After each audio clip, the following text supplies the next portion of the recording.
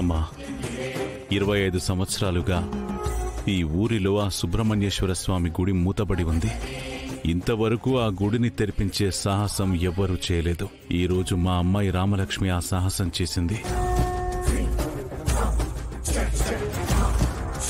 తన ధైర్య సాహసాలకు గర్వంగా ఉన్నా తర్వాత ఎలాంటి అనర్థాలు జరుగుతాయో అన్న భయమేస్తోంది.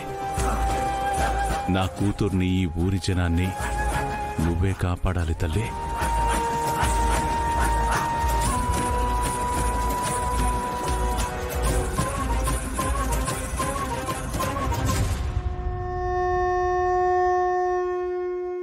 పెద్దనాన్నా, ఏంటమ్మా?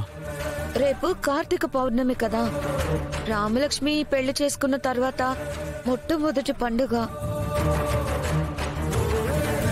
ఈ పండక్కి కూతుర్ని అల్లుడిని పిలిస్తే బాగుంటుంది కదా.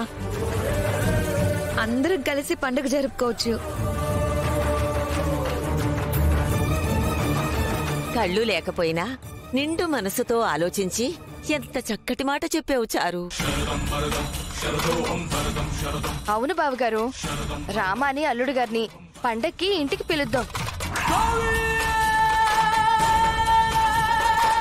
రామలక్ష్మి పెళ్లికి ముందు పండగొస్తే చేసే ఆ హడావిడి అంతా ఇంత కాదు. తనని చూడ్డానికి మన 2 కళ్ళు సరిపోయేవి కాదు. ఇల్లంతా కలయి తిరుగుతూ అల్లరి చేస్తూ పండగంతా తనొక్కదానికే సొంతం అన్నట్టు ఉండేది.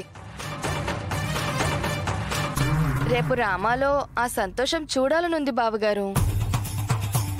నాకు చూడాలనుంది, కానీ వాళ్ళింట్లో కూడా పండగ జరుపుకోవాలి కదా.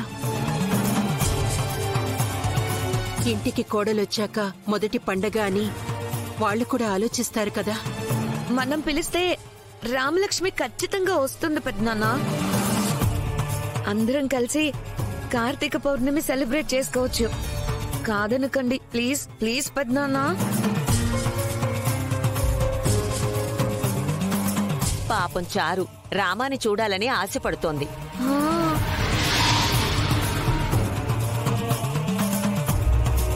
అంటే కళ్ళతో కాదు బావగారు, రామా చేసే సందడిని చెవులతో వింటూ ఆనందించాలనుకుంటుంది.